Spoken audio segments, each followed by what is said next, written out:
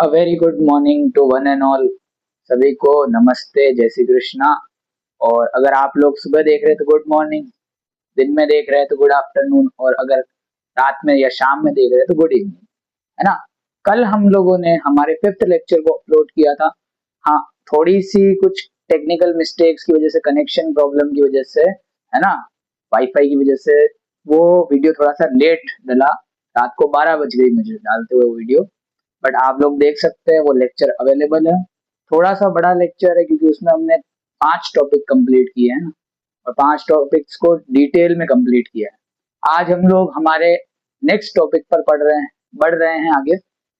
ये जो हमारा नेक्स्ट टॉपिक है, इस नेक्स्ट टॉपिक के अंदर आज हम इलेक्ट्रिक डाइपोल को खत्म कर देंगे। कल हमने इलेक्ट्रिक डाइपोल के बारे में पढ़ लिया, इलेक्ट्रिक डाइपोल मूवमेंट के बारे में पढ़ लिया, है ना। और देन हमने torque on an electric dipole पढ़ा। आज हम लोग इलेक्ट्रिक डाइपोल की एप्लीकेशंस पढ़ने वाले। मींस हम एक इलेक्ट्रिक डाइपोल की एक्सिस के अलोंग और उसके इक्वेटोरियल पॉइंट के अलोंग क्या फाइंड करने वाले, इलेक्ट्रिक फील्ड फाइंड करने वाले इन दोनों चार्जेस की वजह से। तो विदाउट वेस्टिंग आवर टाइम हम लोग स्टार्ट करते हैं, क्योंकि ये लेक्चर भी हो सकता है लंबा हो जाए, बट हम कोशिश करेंगे कि इसको कम से कम समय का करें, है ना। चलिए स्टार्ट करते हैं with the topic electric field on the axis of a dipole. Axis का मतलब क्या होता है? मान लीजिए कि मेरे पास में ये इलेक्ट्रिक डाइपोल है, इधर माइनस क्यू चार्ज है, इधर प्लस क्यू चार्ज है। ये लेफ्ट हैंड साइड है और ये राइट हैंड साइड है। मेरे लिए तो ये राइट है और ये लेफ्ट है ना, बट आपके पॉइंट ऑफ व्यू से ये लेफ्ट साइड है, ये राइट साइड है। और हम लोगों ने कोऑर्डिनेट्स पढ़े हुए हैं। कोऑर्डिनेट्स में हम जानते हैं कि लेफ्ट हैंड साइड माइनस होते हैं, माइनस वाले नंबर्स होते हैं, और राइट हैंड साइड में पॉजिटिव नंबर्स होते हैं, बीच में ओरिजिन पॉइंट होता है। ठीक है, तो ये डाइपोल है आपके पास में, एक है नेगेटिव चार्ज, एक है पॉजिटिव चार्ज। तो एक्सिस के अलोंग का मतलब है कि इसके साथ वाली जो ये डायरेक्शन है, मींस ये जिस एक्सिस के अंदर पड़ा है ना, उसी एक्सिस की डायरेक्शन में। तो मान लो अगर ये एक्स एक्सिस पर रखा हुआ है, तो एक्स एक्सिस के अलोंग या तो इधर या तो फिर इधर हम लोग क्या फाइंड करने वाले हैं, किसी भी एक पर्टिकुलर पॉइंट पर इन दोनों चार्जेस की वजह से कितना इलेक्ट्रिक फील्ड बनता है वो फाइंड करने वाले हैं, है ना। तो देखिए मैंने डायग्राम बना दिए पहले से ताकि हमारा टाइम बचे। देखो ये मेरे पास में एक इलेक्ट्रिक डाइपोल है। आप बाकी सारी चीजें भूल जाओ, प्लस क्यू और माइनस क्यू को याद रखो, है ना। मैं दिखूं ना दिखूं कोई बात नहीं, ये डायग्राम दिखना चाहिए और समझ में आना चाहिए। ये मेरे पास में डाइपोल है, ठीक है। इस डाइपोल पर ये माइनस क्यू चार्ज है, ये प्लस क्यू चार्ज है। क्योंकि हम लोग लेफ्ट साइड में माइनस इंटीजर्स को कंसीडर करते हैं, इसलिए मैंने माइनस वाले को लेफ्ट साइड में लिखा है, पॉजिटिव वाले को राइट साइड में लिखा है, ठीक है। ये Q1 चार्ज मान लो, इसको Q2 मान लो, है ना। ये इसकी वजह से इलेक्ट्रिक फील्ड बनेगा, उसको 1 मान लेंगे, इसको 2 मान लेंगे। चलिए अब ये जो मेरे पास इलेक्ट्रिक डाइपोल है, इस इलेक्ट्रिक डाइपोल को मैंने नंबर लाइन के ऊपर रख दिया मान लो, ठीक है। अब मुझे पता है ये दोनों चार्जेस इक्वल है और ऑपोजिट नेचर के, मींस जितने नंबर पर ये होगा उतना नंबर पर ये होगा, यानी इसका जो मैग्नीट्यूड होगा वो इसका होगा, है ना। तो मैंने इसको उठा करके और एक नंबर लाइन के ऊपर रख दिया। नंबर लाइन के ऊपर मैंने ऐसे रखा कि बीच में तो आ जाए ओरिजिन मींस 0, और इस तरफ वाली लेंथ और इस तरफ वाली लेंथ बराबर हो जाए। मुझे पता है कि भाई एक डाइपोल में जो दो चार्जेस होते हैं, इन दोनों चार्जेस के बीच की डिस्टेंस होती है 2l। तो हाफ हाफ करना मींस l और l करना है, तो मैं इनको 1 1 कंसीडर कर लेता हूँ। ये +1 है, ये -1 है, और इनके बीच में 0 यानी ओरिजिन पॉइंट है। ओरिजिन से प्लस क्यू वाले की डिस्टेंस भी l हो गई और माइनस क्यू वाले की डिस्टेंस भी l हो गई, ठीक है। अब मैंने क्या किया कि एक पॉइंट कंसिडर किया along the axis of a dipole, यानी इस डाइपोल की इस दिशा के अंदर, यानी इस डाइपोल के साथ वाली जो साइड है उसमें मैंने कोई भी एक पॉइंट P कंसिडर कर लिया, ठीक है। अब इस P पॉइंट पर इन दोनों चार्जेस की वजह से कितना इलेक्ट्रिक फील्ड बन रहा है मुझे वो कैलकुलेट करना है, ठीक है। अब वो कैसे कैलकुलेट करेंगे? सबसे पहले मैंने जो ये P पॉइंट कंसिडर किया है, इस P पॉइंट को मैंने ओरिजिन से R डिस्टेंस पर कंसिडर किया, ठीक है। अब छोटी बड़ी बातें और जान लेते। देखो जब भी हमें इलेक्ट्रिक फील्ड निकालना होगा तो हम लोग इन दोनों चार्जेस के इलेक्ट्रिक फील्ड में कोई टेस्ट चार्ज लेकर के आएंगे, क्योंकि जब तक चार्ज नहीं लाएंगे तब तक हमें नहीं पता चलेगा कि इलेक्ट्रिक फील्ड कितना लग रहा है ना, कितना इलेक्ट्रिक फील्ड बन रहा है, क्योंकि चार्ज ही तो फोर्स एक्सपीरियंस करेगा। अगर चार्ज ही नहीं होगा तो हम लोग इलेक्ट्रिक डाइपोल से इलेक्ट्रिक फील्ड कैलकुलेट नहीं कर पाएंगे। ठीक है, तो मैं एक टेस्ट चार्ज इनफाइनाइट से ला करके इस पी पॉइंट पर रख देता हूँ। अब ये जो टेस्ट चार्ज है इसको मैं यहाँ से रब कर देता हूँ। ये टेस्ट चार्ज इस प्लस क्यू वाले चार्ज की वजह से जो इलेक्ट्रिक फील्ड एक्सपीरियंस कर रहा होगा उसकी वजह से फोर्स इस डायरेक्शन में लगेगा, और नेगेटिव वाले की वजह से जो इलेक्ट्रिक फील्ड बनेगा उसमें जो ये फोर्स एक्सपीरियंस करेगा उसकी डायरेक्शन होगी इनवर्ड्स। मींस पॉजिटिव वाले इलेक्ट्रिक फील्ड की वजह से तो इसके ऊपर जो फोर्स लगेगा उसकी डायरेक्शन होगी आउटवर्ड्स, और नेगेटिव वाले की वजह से होगी इनवर्ड्स। तो जो फोर्स होगा इसके ऊपर, टोटल फोर्स, नेट फोर्स, वो जीरो नहीं होगा, याद रखिए, क्योंकि डिस्टेंस अलग अलग है ना, डिस्टेंस अलग अलग है, इसलिए फोर्स नेगेटिव नहीं होगा, याद रखिएगा। अब हम लोग डिस्टेंस कैलकुलेट कर लेते हैं। जैसे देखो, ओरिजिन से इस पी पॉइंट की डिस्टेंस है आर, स्मॉल आर। ठीक है, तो अगर मुझे प्लस क्यू पॉइंट से पी पॉइंट की डिस्टेंस पता करनी है, या प्लस क्यू चार्ज से पी पॉइंट की डिस्टेंस पता करनी है, तो मैं क्या करूंगा, मुझे ये पूरी डिस्टेंस पता है कितनी है, आर है, और जीरो या ओरिजिन से प्लस क्यू की डिस्टेंस कितनी है, एल। तो अगर मैं इस आर में से इस एल को, यानी इस पूरी डिस्टेंस में से इतनी डिस्टेंस माइनस कर दूंगा तो मेरे पास ये डिस्टेंस आ जाएगी। तो प्लस क्यू चार्ज से पी पॉइंट की जो डिस्टेंस है वो कितनी हो गई, आर माइनस एल हो गई। R is the total distance of point P from origin and L is the distance from the या L is the distance of plus Q charge from origin.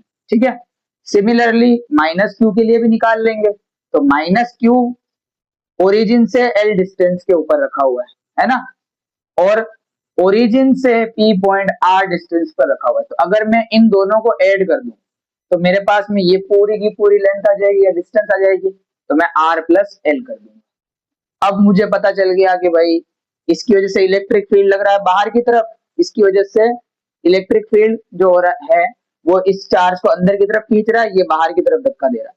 इससे इसकी डिस्टेंस है are minus L, और इससे इसकी distance है are plus L, और इसकी ओरिजिन से डिस्टेंस है आर। हमें इसकी कोई जरूरत ही नहीं है आर की। तो अगर आप लोग इस डायग्राम को बना लो तो मैं इस आर को और बाकी जो चीजें उनको रब कर दूं, हमें जो जरूरत है हम वही लिखेंगे, है ना। आई होप आपने इस डायग्राम का या तो स्क्रीनशॉट ले लिया होगा या फिर बना लिया होगा। तो मैं इस आर को रब कर रहा हूँ, यानी ओरिजिन से जो पी पॉइंट की डिस्टेंस है उसको मैं रब कर रहा हूँ, ये मैंने रब कर दी। ओरिजिन से इन दोनों चार्जेस की डिस्टेंस को भी मैं रब कर देता हूँ, क्योंकि मुझे पता है कि दोनों के बीच में 2l डिस्टेंस है। तो अगर ओरिजिन भी कंसिडर करेंगे बीच में, तो ओरिजिन से हर एक चार्ज की डिस्टेंस कितनी हो जाएगी, एल एल हो जाएगी। ठीक है, इस इनफाइनाइट को भी मैं रब कर देता हूँ। चलिए, अब हमें इस पी पॉइंट पर नेट इलेक्ट्रिक फील्ड कैलकुलेट करना है। तो हमें क्या करना होगा, इलेक्ट्रिक फील्ड को ऐड कर देना है। दोनों की वजह से जो इलेक्ट्रिक फील्ड बन रहा है उसको हम लोग ऐड कर देंगे, है ना। तो वेक्टर फॉर्म में ऐड करेंगे। वेक्टर का मतलब है सिंबल को भी लेना पड़ेगा, कंसीडर किसको करना पड़ेगा, सिंबल्स को भी कंसीडर करना पड़ेगा। तो ई नेट इक्वल टू, या वेक्टर्स को आप हटा सकते हो, लो हटा दो, है ना। हम सिर्फ मैग्नीट्यूड ले लेते हैं, है ना। तो ई नेट इक्वल टू होगा E1 प्लस E2। E1 हम किसको मान रहे हैं, इस चार्ज की वजह से जो इलेक्ट्रिक फील्ड प्रोड्यूस हो रहा है उसको E1 मान रहे हैं।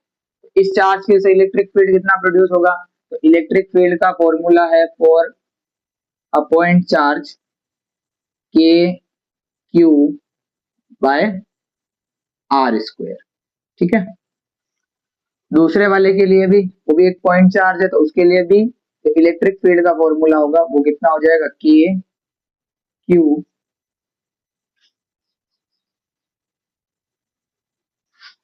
एक मिनट, है ना, थोड़ा सा व्यवस्थित लिखेंगे तो आपको भी समझ में आ जाएगा, मुझे भी समझ में आ जाएगा।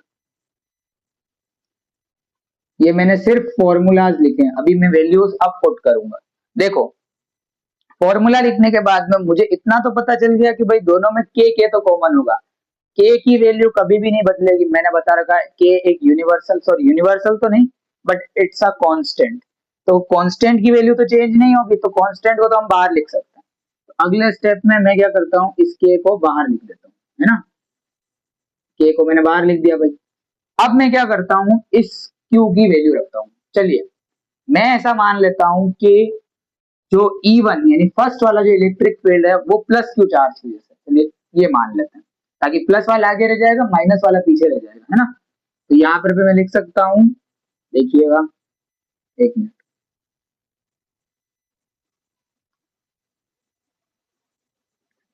Q प्लस क्यू अपॉन में प्लस क्यू से इस पी पॉइंट की डिस्टेंस कितनी है, R माइनस एल का होल स्क्वायर, यही है, ठीक है।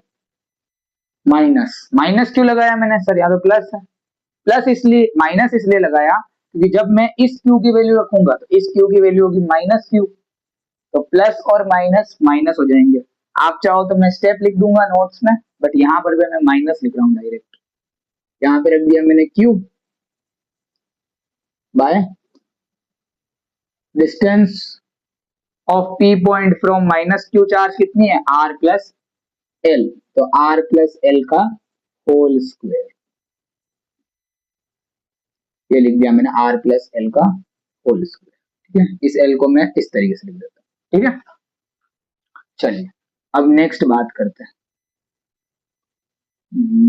जस्ट अ सेकेंड, ये ठीक है, ये बात तो हमको पता चल गई है, ठीक है। अब कुछ और चीजें कर लेते हैं, जैसे कि अब हम लोग क्या कर लेते हैं, एक बार इस क्यू को भी कॉमन ले लेते हैं बाहर, है ना, क्योंकि चार्जेस भी तो सेम ही है, चार्जेस अगर सेम है तो इस स्टेप को मैं ऊपर कर लेता हूँ। जैसे मैंने चार्जेस भी सेम है मुझे पता है भाई, मैंने क्या किया, मैंने के क्यू को तो कॉमन लिख दिया बाहर, और अंदर रह गया 1/r माइनस एल का whole square, R minus L का whole square minus 1/r plus L का होल स्क्वायर।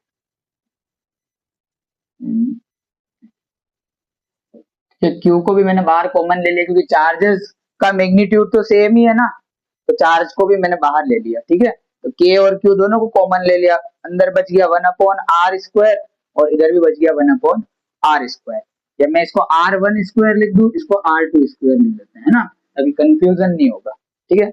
बाकी आप लोग कहोगे सर r भी तो कॉमन ही, आपने कहा 1 और 2 लिखा तो इसको भी कॉमन ले लो, तो नहीं लेंगे, है ना। अब हम लोग यहाँ पे और आगे स्टेप करेंगे, अब हम लोग एलसीएम लेंगे, ठीक है, के क्यू को तो कॉमन लिख ही रहे हैं।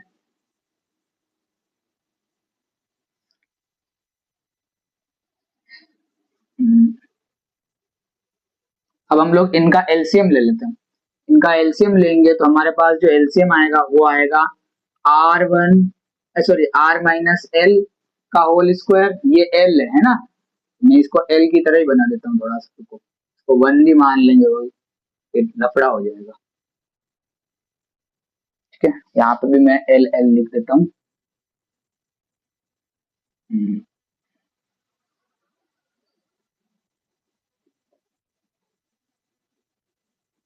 ठीक है। और इधर आ जाएगा मल्टीप्लाई में r प्लस एल का होल स्क्वायर, ठीक है। एलसीएम तो मैंने ले लिया, अब ऊपर क्या लिखना है, तो देखो इस बॉक्स को एक बार मैं मिटा रहा हूं। पहले हमें पता है कि भाई जब हम एलसीएम लेते हैं तो नीचे वाली डिजिट को, यानी जो एलसीएम है उसको नीचे वाली से तो डिवाइड करते हैं और ऊपर वाली से मल्टीप्लाई करते हैं। तो अगर मैं इस पूरी डिजिट को इससे मल्टीप्लाई करूंगा, यानी इस पूरी नीचे वाली वैल्यू को ऊपर वाली वैल्यू से डिवाइड करूंगा, तो r माइनस एल का होल स्क्वायर और r माइनस एल का होल स्क्वायर कैंसिल हो जाएंगे, तो ऊपर बचेगा r प्लस एल का होल स्क्वायर, ठीक है।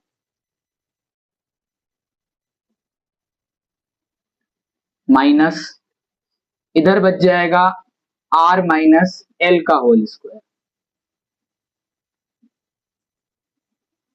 ठीक है। आई होप आप समझ रहे होंगे मैंने क्या किया है, पहले मैंने k को कॉमन ले लिया, देन मैंने q, क्योंकि q भी मैग्नीट्यूड में तो इक्वल ही है, बस सिंबल ही तो चेंज है, तो q को भी कॉमन ले लिया बाहर। देन अंदर मेरे पास बच गया 1/r माइनस एल का whole square minus 1/r plus L का होल स्क्वायर।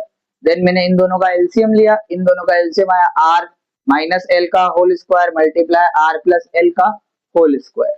अब जब मैं एलसीएम लूंगा, एलसीएम लेने के बाद में मुझे इसको इससे डिवाइड करना है और ऊपर वाले से मल्टीप्लाई करना है।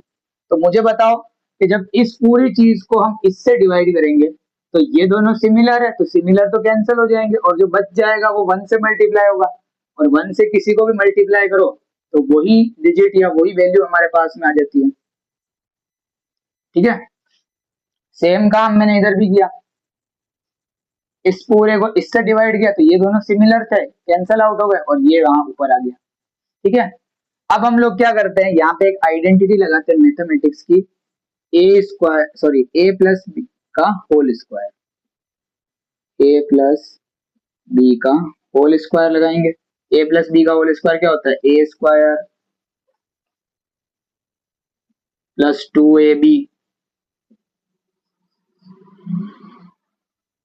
Plus B square. ठीक है, ये होगा। तो इस फॉर्मूले से जब हम इसे खोलेंगे, देखो इस माइनस को अगर हम अंदर मल्टीप्लाई कर दो तो आर माइनस का हो जाएगा, एल प्लस का हो जाएगा, है ना। बट हम इसको बाद में मल्टीप्लाई करेंगे, पहले आइडेंटिटी से उसको भी ओपन कर देंगे। दूसरी आइडेंटिटी हम लगाएंगे ए माइनस बी का whole square. A minus B का होल स्क्वायर क्या होता है, A square minus 2ab plus B square, यही होता है। अगर यहाँ पे मैं कुछ गलती कर रहा हूँ तो मुझे बता देना, मैंने बहुत पहले पढ़ा था, अब मैं भूल चुका हूँ, तो इसलिए आप बता देना, है ना।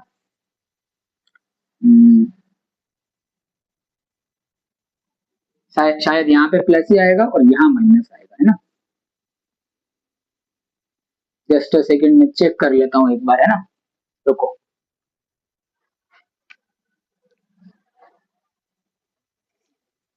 चलिए, ये वाला फॉर्मूला राइट है ना, मैंने चेक कर लिया है। एक बार चेक करने से क्या कंफ्यूजन दूर हो जाती है।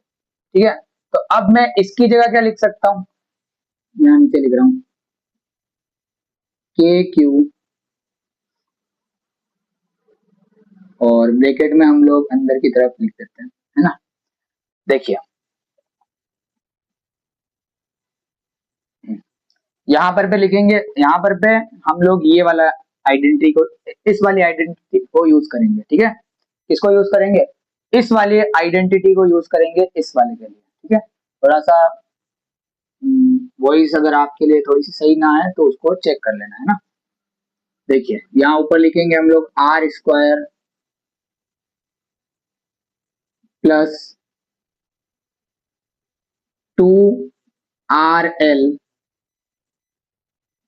प्लस बी की जगह क्या है, एल है, तो एल का स्क्वायर लिख देंगे।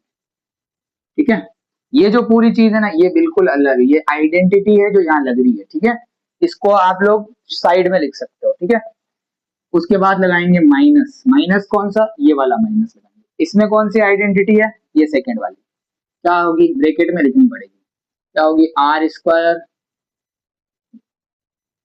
हाँ just a second, I think यहाँ पे माइनस ही है ना, यहाँ माइनस है और यहाँ प्लस, वो देखिए कैसे होगा अभी, है ना। यहाँ पर हम लिख देंगे 2RL प्लस में बी की जगह क्या हो जाएगा, एल स्क्वायर। ठीक है, और नीचे डिवाइड में क्या चल रहा है, डिवाइड में देखो, डिवाइड में हम लोग एक काम करने वाले, देखो यहाँ मुझे एक आइडेंटिटी दिख रही है ए माइनस बी और ए प्लस बी की। ए माइनस बी और ए प्लस बी क्या होता है, A square minus B square. अब यहाँ ए स्क्वायर माइनस बी स्क्वायर तो हो जाएगा, बट इनके ऊपर भी स्क्वायर लगा हुआ है तो उसकी पावर भी क्या हो जाएगी, 2 हो जाएगी। ठीक है, तो हम यहाँ नीचे देखो, यहाँ पर मैं बता देता हूँ, एक मिनट में कैमरा में देख लेता हूँ ये वाली साइड चल रही है कि नहीं चल रही। यहाँ पर हम लोग आइडेंटिटी को लिख देते हैं, वो वाली जो मैं यहाँ इसके लिए बता रहा हूँ। ठीक है, देखो यहाँ इसमें लिख देते हैं ए माइनस बी और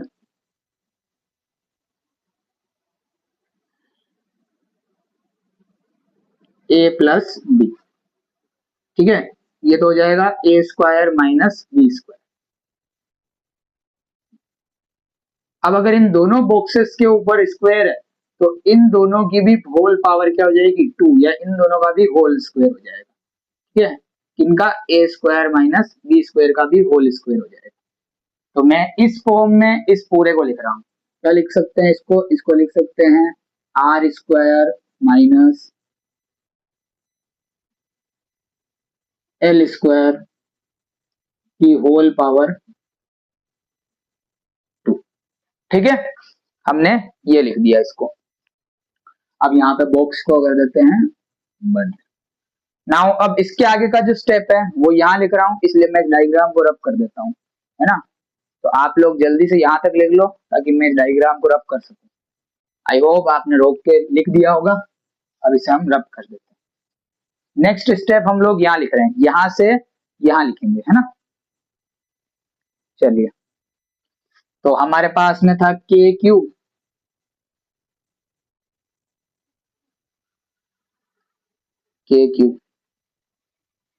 बॉक्स, ठीक है। नीचे वाली टर्म को तो है जैसे कि जैसे लिख देते हैं r square minus l square का होल स्क्वायर, ठीक है। और ऊपर खींच देते हैं एक रेखा को, ठीक है। बॉक्स बना देते हैं वापस से, ठीक है। अब देखो, जब मैं इस माइनस के सिंबल को अंदर ब्रैकेट में मल्टीप्लाई करूंगा तो क्या होगा, ये जो आर प्लस का था ये तो माइनस का हो जाएगा, ये जो 2RL है ये प्लस का हो जाएगा, और ये जो एल स्क्वायर है प्लस का ये माइनस का एल स्क्वायर हो जाएगा, ठीक है। क्या हो जाएगा, माइनस का एल स्क्वायर हो जाएगा। अब देखो यहीं पे कर लेते हैं ताकि वहां हमें नेक्स्ट स्टेप लिखने को मिले। देखो यहाँ मेरे पास एक प्लस का एल स्क्वायर है और यहाँ मेरे पास एक माइनस का एल स्क्वायर है, तो प्लस का एल स्क्वायर और माइनस का एल स्क्वायर क्या हो जाएंगे, कैंसल आउट हो जाएंगे, ये कैंसल आउट हो गए, ठीक है। फिर मेरे पास में प्लस का आर स्क्वायर है और माइनस का आर स्क्वायर है, तो ये भी कैंसल आउट हो गए, ठीक है। अब मेरे पास जो लास्ट चीज बची वो क्या है, 2RL और 2RL, ये दोनों ऐड हो जाएंगे, तो क्या हो जाएंगे, ऐड होकर के 4RL हो जाएंगे, ठीक है, 4RL हो जाएंगे। अब देखो ये जो एल स्क्वायर है, इस एल स्क्वायर का मतलब, ये एल का मतलब क्या था, एल का मतलब है कि ओरिजिन से एक चार्ज के बीच की डिस्टेंस। अब मैंने आपको कल ही बता दिया था कि भाई हम लोग जो स्टडी कर रहे हैं इस चैप्टर के अंदर या आगे आने वाले चैप्टर में डाइपोल की, वो शॉर्ट डाइपोल होगा। शॉर्ट डाइपोल का मतलब हो गया कि उनके बीच की जो डिस्टेंस थी वो बहुत ज्यादा छोटी थी, डाइपोल भी अपने आप में बहुत ज्यादा छोटा था। तो अगर हम लोग यही फॉर्मूला, ये तो एक बड़े डाइपोल के लिए, अगर हम लोग यही formula for a short dipole calculate करें, शॉर्ट डाइपोल, तो उसके लिए फॉर्मूला क्या होगा, उसके लिए हमेशा ध्यान रखना ये जो L होगा, L यानी कि distance of one charge from the origin is very very smaller then the distance of the point P from the origin, यानी कि ओरिजिन से P पॉइंट की जो डिस्टेंस है उसकी तुलना में ये जो डिस्टेंस है, कौन सी डिस्टेंस, L, किसकी डिस्टेंस है, ओरिजिन से चार्ज की जो डिस्टेंस है वो ओरिजिन से P पॉइंट की डिस्टेंस से बहुत ज्यादा छोटा होगा, इतना छोटा कि इसको हम नेग्लेक्ट कर सकते हैं।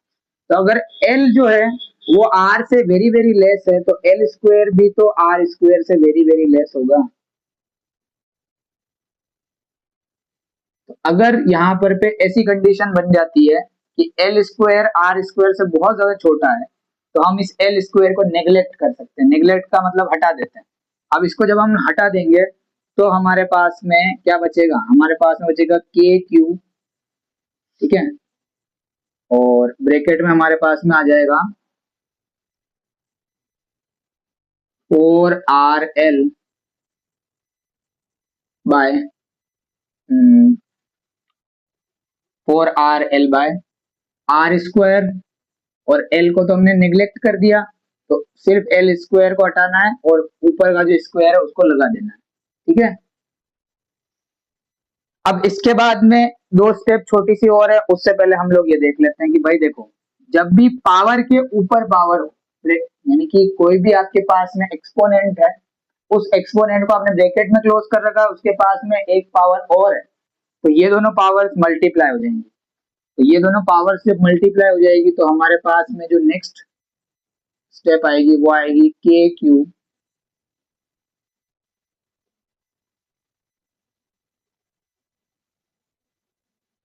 इसको जो है देखो, ये जो 4RL लिख रखा है इसको क्या मैं तोड़ करके ऐसे लिख सकता हूँ 2R और मल्टीप्लाई में 2L, ये लिख दूं तो चलेगा क्या? बिल्कुल चलेगा, क्योंकि भाई 2 और 2 मिलके तो 4 हो जाएंगे और R और L मल्टीप्लाई होकर RL हो जाएंगे, तो 4RL मिल जाएगा। तो मैंने इसको तोड़ करके 2R और 2L में लिख दिया और नीचे मैंने लिख दिया R की पावर 4। अब एक लास्ट स्टेप बची है, दो लास्ट स्टेप, उसको मैं वहां बता देता हूँ आपको। आई होप आप लोगों ने लिख लिया होगा, लिख लीजिए एक बार।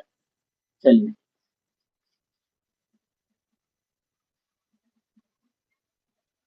तो देखो,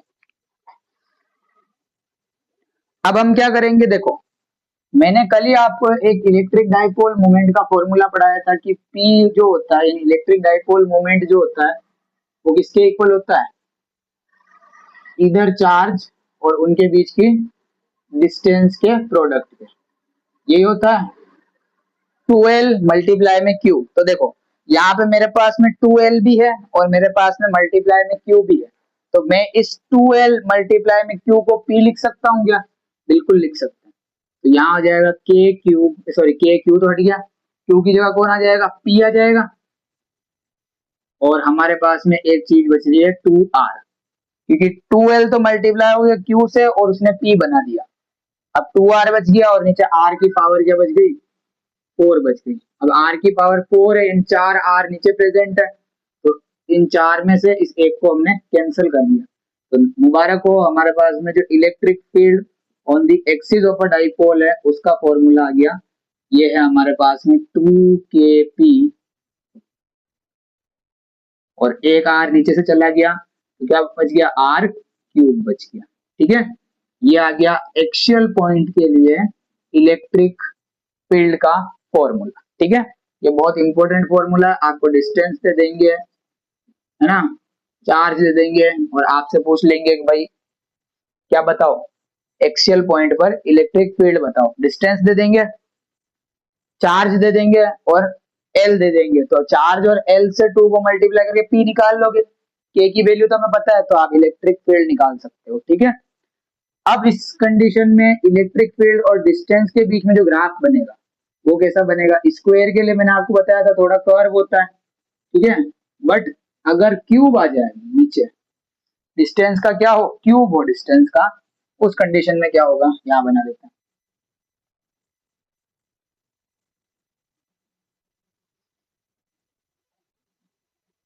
तो ये जो ग्राफ बनेगा ये थोड़ा सा ज्यादा कर्व होगा।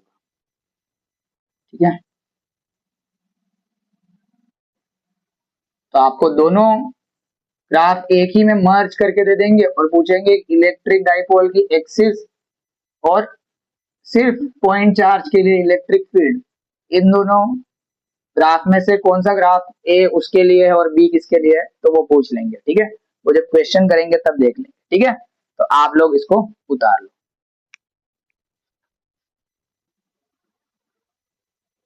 आई होप आप लोगों ने ये सारा का सारा मैटर और इसके पहले जितना भी मैटर था वो सारा आपने नोट कर लिया हो। ये देखो, ये डेरिवेशन तो मैं एज इट इज करवा रहा हूँ, इसको नोट्स में दूं या नहीं दूं तो भी चलेगा, क्योंकि वहां सिर्फ मैं लैंग्वेज लिखूंगा जो भी शुरू में लिखेंगे हम लोग। तो शुरू में आप 2-4 लाइनें छोड़ करके और फिर इसको लिख सकते हो।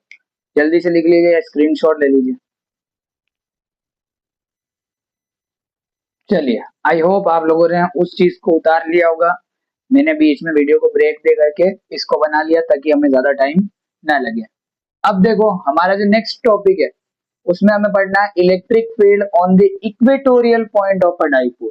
यानी अब ये जो डाइपोल है इसकी एक्सिस के अलोंग ना इलेक्ट्रिक फील्ड निकाल करके हम लोग इसके इक्वेटोरियल में, इसके ओरिजिन से परपेंडिकुलर डिस्टेंस पर कोई भी चार्ज रखा हुआ, या तो यहाँ ऊपर या तो यहाँ नीचे कोई भी एक चार्ज रखा होगा उसको, या कोई भी एक पॉइंट को कंसीडर कर लेंगे, उस पर हमें इलेक्ट्रिक फील्ड कैलकुलेट करना। तो देखिए, ये मेरे पास में वही दो चार्जेस माइनस क्यू और प्लस क्यू है, इनके बीच की डिस्टेंस 2l है और आधी आधी डिस्टेंस यानी कि ओरिजिन से एक चार्ज की डिस्टेंस कितनी है, l है।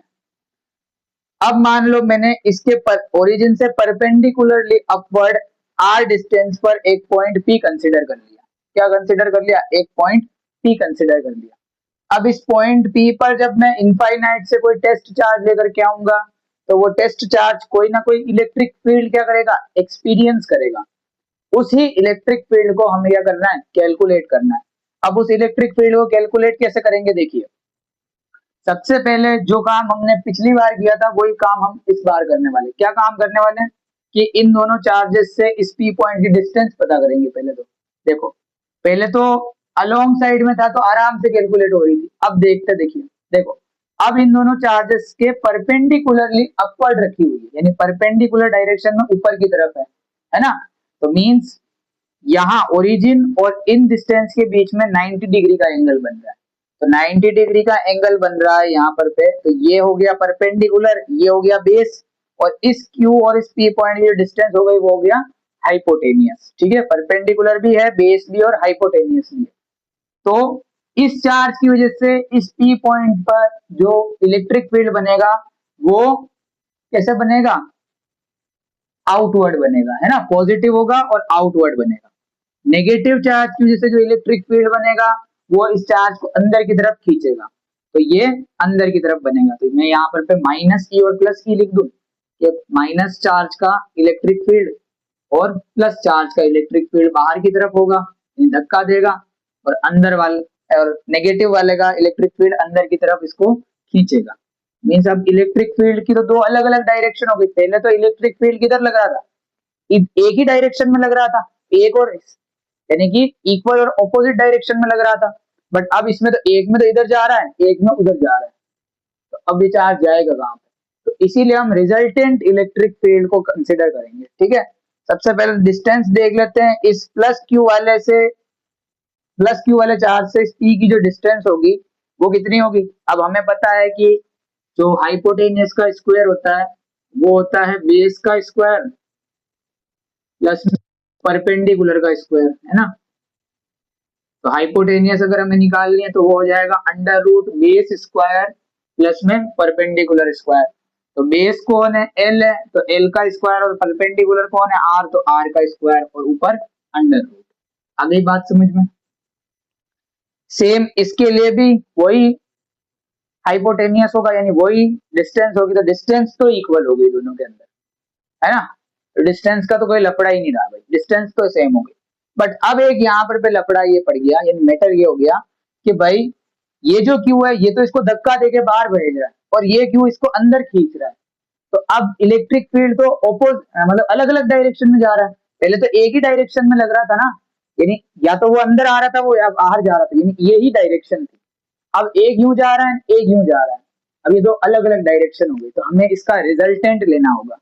रिजल्टेंट कैसे लेते हैं, देखो मान लो मेरा एक वेक्टर तो इस तरीके से जा रहा है, ठीक है, या मैं एक काम करता हूँ, हाँ चलिए, एक रिजल्टेंट सॉरी एक वेक्टर ए है वो इस तरीके से जा रहा है, और एक वेक्टर बी जो है वो किधर भी जा रहा है, ठीक है, मान लो इस डायरेक्शन में जा रहा है। अब मुझे इन दोनों का रिजल्टेंट फाइंड करना है, तो क्या करूंगा, मैं ए वाले वेक्टर को लिखूंगा और ए वाले वेक्टर की पूंछ से इसकी बी वाले वेक्टर की पूंछ को जोड़ दूंगा, या पूंछ को नहीं सॉरी उसके मुंह को जोड़ दूंगा इस तरीके से। ठीक है, अब मैं यहाँ पर पे एक पैरेललोग्राम बना देता हूँ, है ना। क्या बना देता हूँ, पैरेललोग्राम। पैरेललोग्राम जिसकी दो साइड्स कैसी होती है, एक दूसरे के पैरेलल होती है।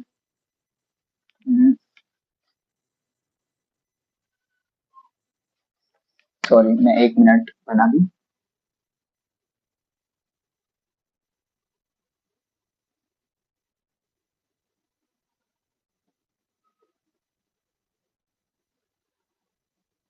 ये ठीक है, इनको कनेक्ट करेंगे तो जो रिजल्टेंट होगा वो इस तरीके से बनाएंगे या इस तरीके से हम बनाएंगे। ये हो गया रिजल्टेंट, ठीक है। तो देखो ये वेक्टर इस तरफ जा रहा है, ये वेक्टर इस तरफ जा रहा है। अगर मैं यहाँ पे एक पैरेललोग्राम बनाऊं, ठीक है, इस तरीके से बंद एक पैरेललोग्राम, तो उनके लिए जो रिजल्टेंट होगा वो इस डायरेक्शन में जाएगा। तो इस डायरेक्शन में ये रिजल्टेंट निकाल दिया मैंने। अब देखो अगर ये एंगल थीटा है, ठीक है, तो ट्राइंगुलर प्रॉपर्टी की मदद से जो 7th क्लास में हम पढ़ते हैं कि भाई अगर ये एंगल थीटा है तो ये जो एक्सटीरियर एंगल होगा ये भी क्या होगा, थीटा होगा। अब प्लस वाले इलेक्ट्रिक फील्ड का थीटा से चिपका हुआ कंपोनेंट हो गया ई कोस थीटा। ये जो रिजल्टेंट है वो इस वाले का तो थीटा से चिपका हुआ कंपोनेंट है तो ई कोस थीटा हो गया। और माइनस क्यू वाला है, अगर ये एंगल थीटा है तो अल्टरनेट इंटीरियर एंगल की प्रॉपर्टी की वजह से अगर ये थीटा है तो ये वाला एंगल भी थीटा होगा क्योंकि यहाँ पे एक जेड बन रहा है ना। और हमने पढ़ा हुआ है अल्टरनेट इंटीरियर एंगल जो होते हैं वो इक्वल होते हैं, ठीक है। ये देखो इस तरीके का जेड बन रहा होगा, आप देखो यहाँ पे एक माइनस क्यू है और यहाँ पर पे तो कोई पी पॉइंट है, ये वाला एंगल और ये वाला एंगल इक्वल होंगे, यानी ये भी थीटा तो ये भी थीटा।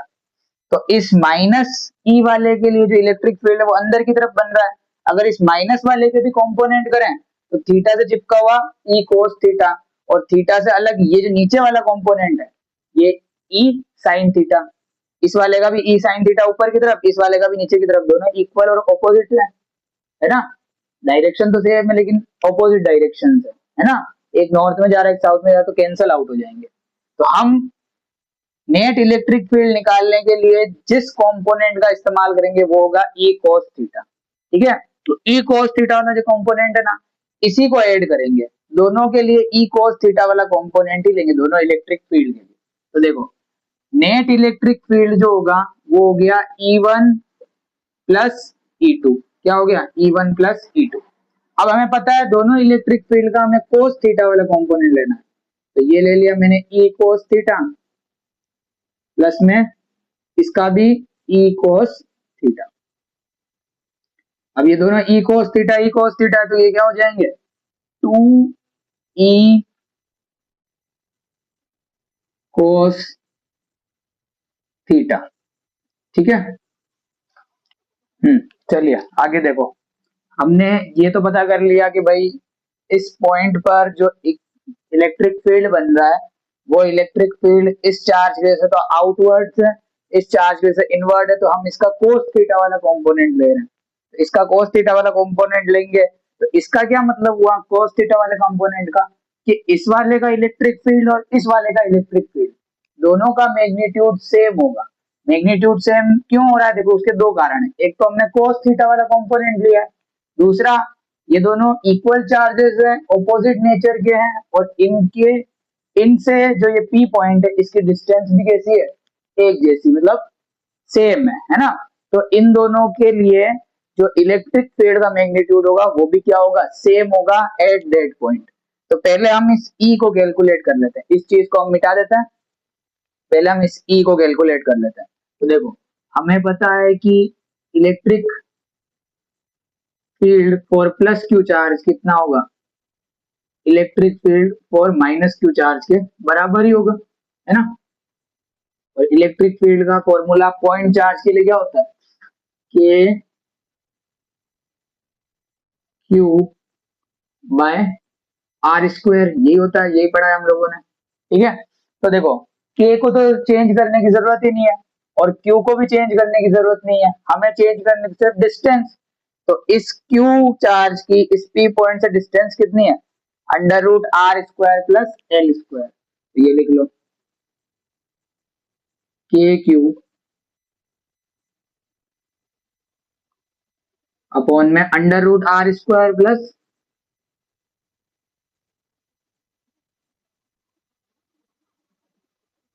एल स्क्वायर का होल स्क्वायर हो जाएगा, है ना। ये अंडर रूट लगा दिया मैंने और इसका भी क्या करना है, होल स्क्वायर करना है।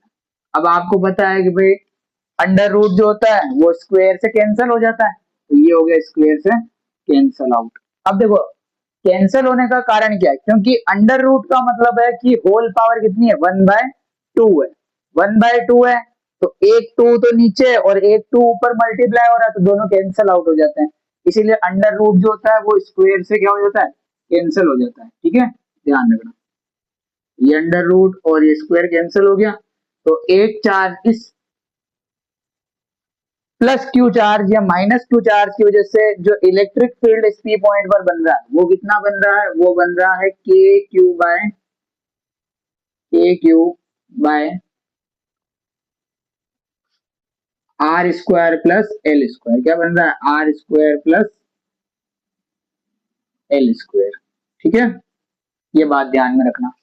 तो ये हम लोग इलेक्ट्रिक फील्ड की जगह यहाँ पे लिख देते हैं, है ना। या हम एक काम करते हैं, इसके बाद में जस्ट नेक्स्ट जो स्टेप है वो इसी को लिख लेना आप लोग, ठीक है। या आप लोग ये सारा भी उतार सकते हो। तो हम लोग को कुछ नहीं करना है, इसके आगे सिर्फ 2 लगाना है। ये 2 लगा दिया मैंने, ठीक है। ये पूरा ब्रैकेट के अंदर है, ठीक है, याद रखना। अब यहाँ पर पे एक और टर्म लिखी हुई है कोस थीटा।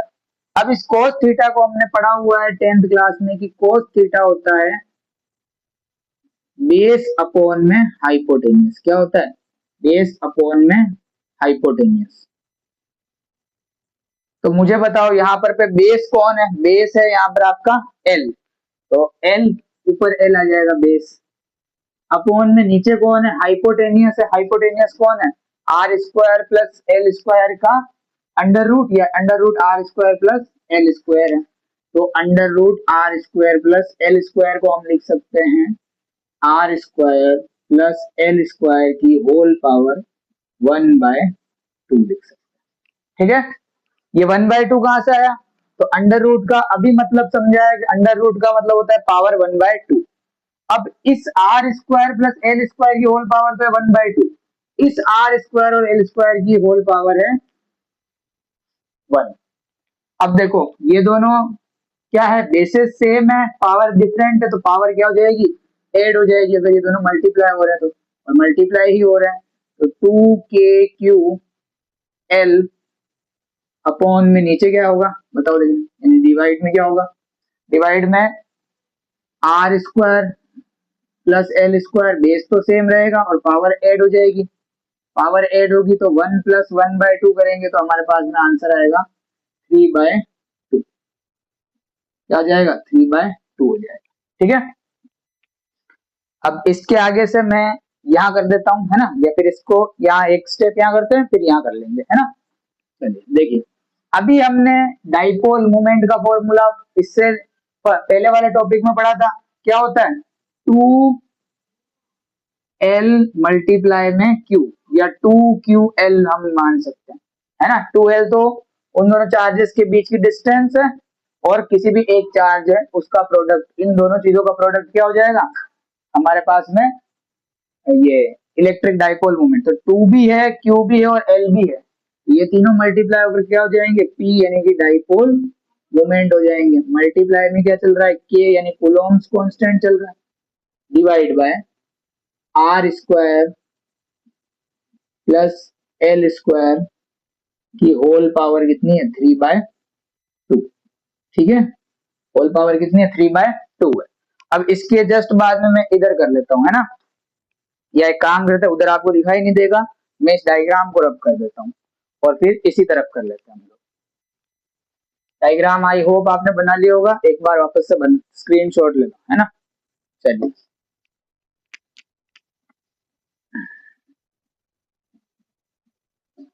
अब देखो, इसके जस्ट बाद हम यहाँ कर रहे हैं, क्या करेंगे, केपी का तो केपी रहेगा,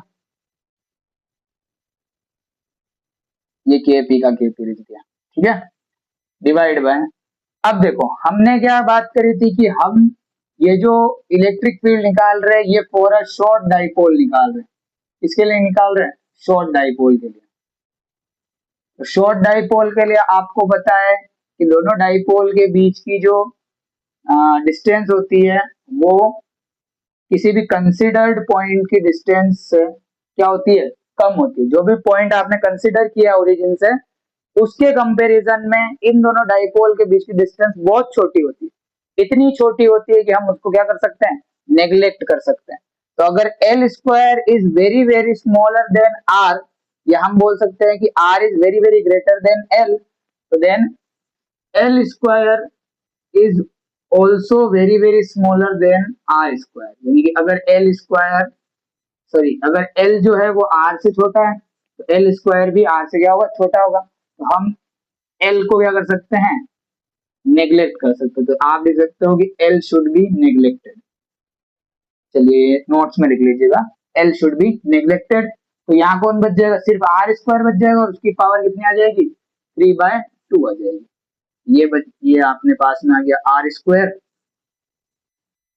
और इसकी होल पावर कितनी आ गई, 3/2 आ गई। कितनी आ गई, 3/2 आ गई। ठीक है, अब देखो ये दोनों मल्टीप्लाई होंगे, एक 2 ऊपर है एक 2 नीचे है, तो एक 2 से एक 2 कैंसिल हो गई। तो हमारे पास में फाइनली जो फॉर्मूला बन करके तैयार हुआ वो हुआ KP/R। ये हो गया ई इक्विटोरियल पॉइंट या इक्विटोरियल लाइन पर electric field due to dipole. ठीक है, डाइपोल के दोनों चार्जेस की वजह से इक्विटोरियल लाइन पर किसी भी पी पॉइंट पर जो इलेक्ट्रिक फील्ड बनेगा वो कितना बनेगा, KP/R³ बनेगा।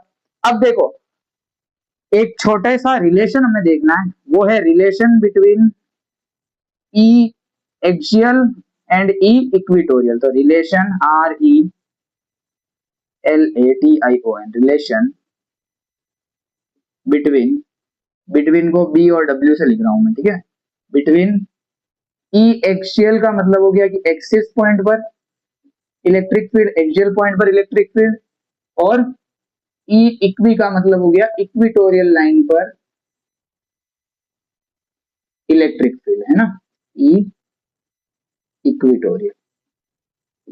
ठीक है, तो देखो अगर मैं इसको 2 से मल्टीप्लाई कर दूं तो क्या हो जाएगा, ये एक्सियल पॉइंट के लिए इलेक्ट्रिक फील्ड का फॉर्मूला तैयार हो जाएगा। मींस मैं ऐसा कह सकता हूं कि जो ई एक्सियल होगा यानी electric field on the axis of a dipole, वो इक्वल होगा 2 times the electric field on the equatorial point of an electric dipole. ठीक है, तो 2 टाइम्स होगा ई इक्वेटोरियल। तो अगर मैं ई इक्वेटोरियल और ई एक्सियल का क्या निकालू, रेशियो निकालना चाहूं, ई एक्सियल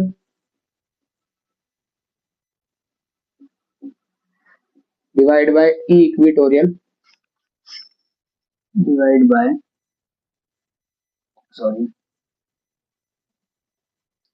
ई इक्वेटोरियल, तो वो आएगा आपके पास में 2:1। ये रेशियो आपके पास में हमेशा आएगा। इस रिलेशन को कभी नहीं भूलना है, ये रिलेशन बहुत ज्यादा जरूरी है। आप एक बार अपने रिलेटिव्स के साथ में अपना रिलेशन भूल जाना, बट ये चीज को कभी भी नहीं भूलोगे। ठीक है, आई होप आपको ये सारी बातें समझ में आई होगी। मैंने कोशिश करी है कि आज मैंने डाइपोल को खत्म कर दिया है, मतलब बुक से खत्म नहीं किया है, वहां मैंने सिर्फ अपने इस YouTube वीडियो पर कंप्लीट करवा दिया है आपको। देन अब आगे हमारी जीवन जो है थोड़ा सा, आप कह सकते हो अब मुश्किल होने वाला है, कि अब हम इलेक्ट्रिक फ्लक्स पढ़ेंगे, गॉस लॉ पढ़ेंगे, है ना, गॉस थ्योरम पढ़ेंगे, गॉस थ्योरम की एप्लीकेशन पढ़ेंगे, देन हमारा जो चैप्टर है वो एंड हो जाएगा। क्योंकि मैं टॉर्क के बारे में आपको इससे पहले वाले वीडियो में बता चुका हूँ, तो बार बार बताने का कोई सेंस नहीं है ना। बाकी इसके बाद में हम लोग टॉर्क को करते हैं, तो आप लोग जब नोट्स बनाओ तो ये वाला पहले लिख लेना, देन टॉर्क वाला लिख लेना, है ना, देन इलेक्ट्रिक फ्लक्स लिख लेना, फिर चार्ज डिस्ट्रीब्यूशन हो जाएगा, गॉस थ्योरम और उसके एप्लीकेशन। मोटी मोटी अगर हम बात करें तो 4 वीडियोस भी नहीं बनेंगे हमारे।